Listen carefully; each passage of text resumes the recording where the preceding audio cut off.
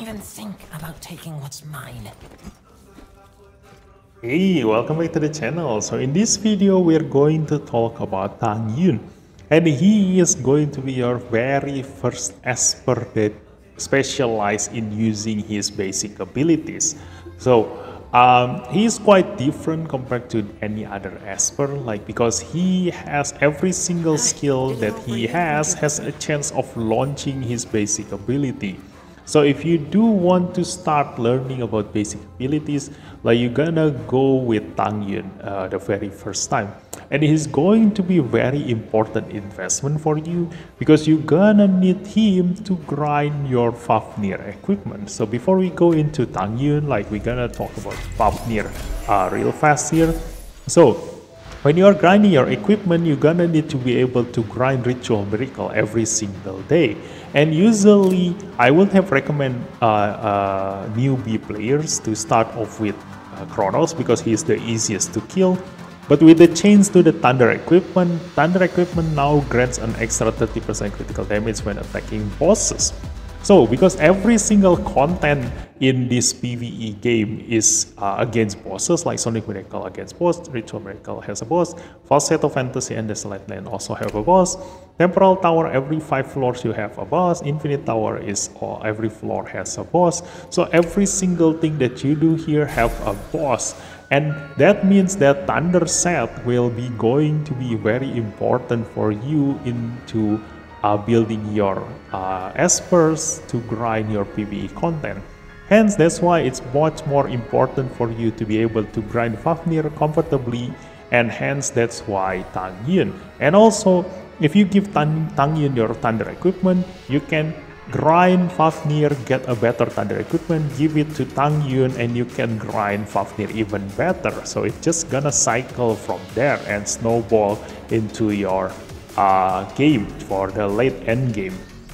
Now, when you are talking about Fafnir, you still do need a lot of requirement, mainly going for Gabriel and also having Ahmed, because Ahmed is going to be really important. He is the only Esper that can recover a max HP reduction, and in Fafnir, the max HP reduction will be your biggest enemy. So Ahmed is a must, and also having 3 turns immunity using your Gabriel is also a very important aspect.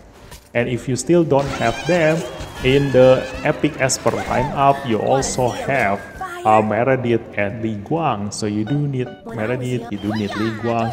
But in the rare Esper department, you have Tang Yun and you have Berenice. So she's going to be in another episode later on. But for Tang Yun, he is going to be your very first Esper in order to be able to grind your Fafnir because of his multi-hits attack. So his basic ability damage is 130% attack, which is above average. The average is 120%. Now this one has a 30% chance of inflicting stun for 1 turn. Usually I would say 30% chance is very low and it's not gonna happen ever. But because this ability has a 30% chance of launching a pursuit attack with Iron Polearm, which is itself, so it's gonna snowball from that, because this basic ability will be able to call for another basic ability, and that basic ability can call another basic ability over and over again. So this can, if you get lucky, you can hit the enemy infinite amount of time. And there is no limit into this, you just gotta have to get lucky. So that's why the 30% chance is for every single attack that Tang Yun make to his enemy, to his target. So one of those many attacks will be able to get lucky and inflict the stun. And the accuracy stats here only affect the stun chance and not gonna affect the pursuit chance. So this is a very important note to remember. Hence, if you don't need the stun because his other skill doesn't have any other debuffs, Tang Yun doesn't necessarily require accuracy at all. But if you do need the stun, if you go against annoying enemy that you need to stun, or if you go against PvP players, then if you do need the stun, you can at least increase the stun a little bit, probably 30% or 40%. But don't rely too much in this one. It's better for you to stun the enemy using other Esper compared to Tang Yun. But this is a nice addition to have additional chance to stun the enemy. Now going to the second skill, attacks one enemy 2 times, damage per hit 120% attack. So in total, you're gonna deal 240% attack. Ignores 40% defense. This is what makes Tang Yun really strong. So in PvP, you can still use him to kill those annoying tanks, especially Hyde. Because Hyde is a wind element, so Tang Yun doesn't really get any advantage or disadvantage against him. And his pursuit attack will be able to kill Hyde over his death defy ability. So when Hyde revives, then he can die in one shot if Tang Yun get lucky with his pursuit attack. So 50% chance of launching a pursuit attack with iron polearm, and it has cooldown of 3 turns. So it has a higher chance of launching the polearm, the iron polearm, his basic ability, but it's still at 50%, like it's 50-50. So going to the third skill, attacks one enemy 3 times, damage per hit 100% attack. Oh yeah, this one, the iron polearm, then after you cast this, the next polearm will have 30% chance of triggering. So only the first one will get 50% chance of triggering. And then you're gonna get consecutive iron polearm from then on. Now, the third skill, damage per hit 100% attack. So in total, you're gonna deal 300% attack. This is comparable to Brine. But the thing is that even though they have the same percentage number here, like Tang Yun gonna deal lower damage than Brine because of his basic attack number here. Tang Yun has 1144, while Brine have 1203. That's what makes Brine deal insane amount of single target damage. But there is another advantage for Tang Yun. If by the time he hits the enemy 3 times and they haven't died yet, if the attack crits, like any of these 3 attack crits, then he gonna launch another iron polearm as a pursuit attack. This is a guaranteed pursuit. So in total, you can count this damage as 300% plus 130%, meaning you deal 430% within one attack. And it has a cooldown of 3 turns.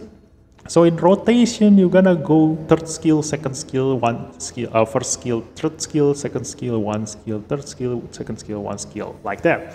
So it's a nice rotation for him, and every single one of those skills will be able to call for iron polearm. So he gonna deal multi hits a lot, hence that's why he is really important in Fafnir. And his captain ability increase attack, although it increased by a low number.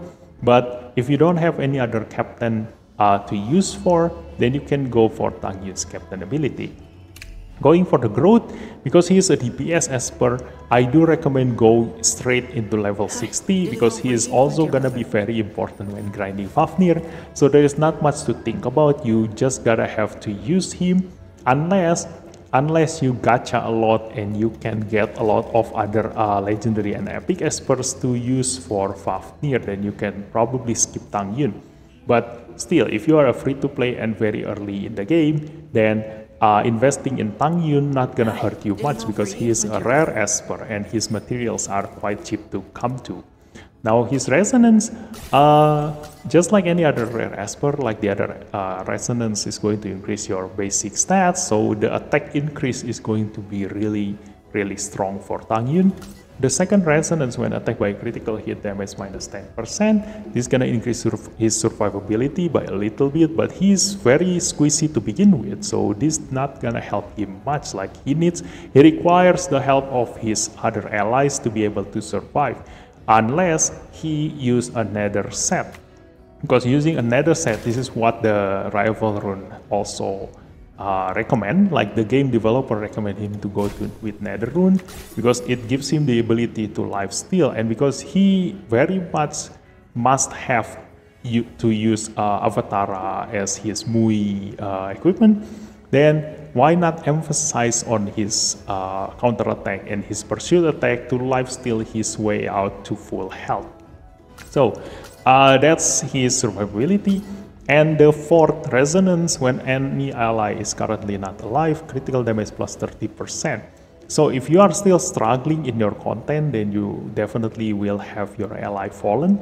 And by that time, Tang Yun will go berserk, because this critical damage increased by 30% is a lot. This is huge. So you can think of him as going berserk when someone dies in his lineup. But when you can grind the content comfortably and nobody dies, then that resonance will not gonna trigger. So it's just a bonus for you to have.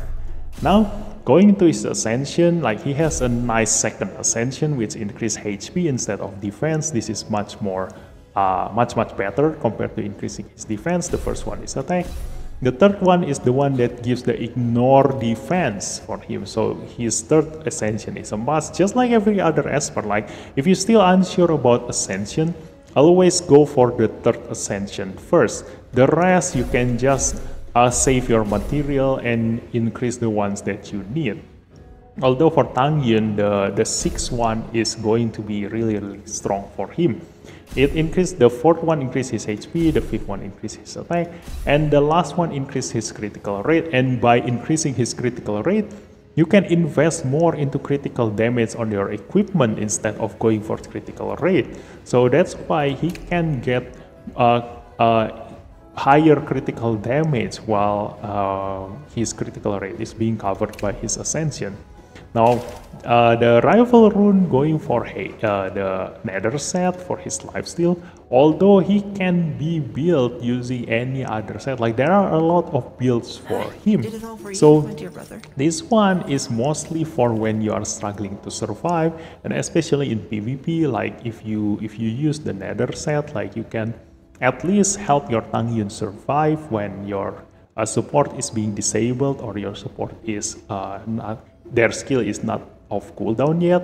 So this is really strong for him, especially with Avatara. All those basic abilities casting is going to stack up with your lifesteal.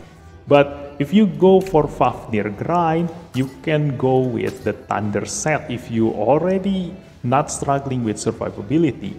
And if you still struggle with the survivability of Tang Yun, then just like how the game developer recommend to you, just go for nether set.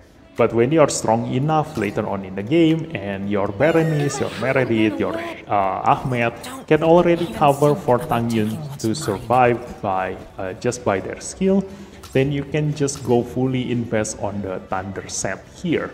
And if you use him to fight a bosses that is not a flow element, then you can try going for the Warblade, because if he miss, like if he attacks an Inferno element bosses, then obviously he gonna have a miss rate chance. Then if he miss, then all those critical damage that you invest on will be useless. So War Machine is a possible build for him if you do hit Inferno or Wind element bosses. But if you do hit the Flow element bosses, then just go crazy on the Thunder set. You can also just go with the Relief set here, because with the Relief set, when teammates cast basic abilities, the wearer have a 25% chance of performing a assist attack with their basic ability. So when he assists his allies, his basic ability can cast another basic ability. So he is really good with all those basic ability bonus casts.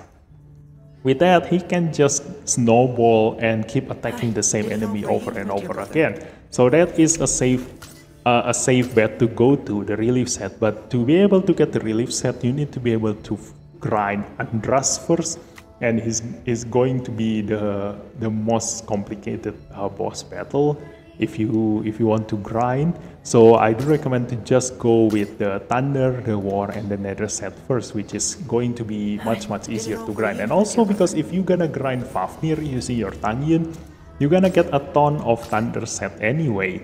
So if you can comfortably keep your Tang Yun alive, then yeah, go for the Thunder set. Now, going for his Divinate, like his Divinate increase his basic stats, so this is really strong for him. As usual, every single DPS is going to need this. But the most important one is this bonus. Like any other Divinate Esper, like the rest of them in the previous episodes, they didn't change, like increase the other Esper gameplay by much. But it's different for Tang Yun Divinate, because this Divinate is extremely strong for Tang Yun when the enemy's HP is below 50%, Iron Pole Arm's damage plus 20%. So Iron Pole Arm is his first skill, which is going to be cast a lot of the time with all of your pursuit, all of your counter attack, all of your relief call, like all those things are going to make Tang Yun cast his basic ability, and this Divinate increase his basic ability damage when the enemy is below 50% HP. So this is a very strong Divinate for Tang Yun. So if you can choose which Divinate to choose from for your early game investment, if you can choose, then I do recommend going for Tang Yun because it's gonna help you a lot in killing Fafnir much faster. But then again, not many players use him anymore in Fafnir's grind because of the nature of his randomness. Like sometimes you can get lucky with the Iron Pole Arm Pursuit, like it's gonna kill Fafnir really fast.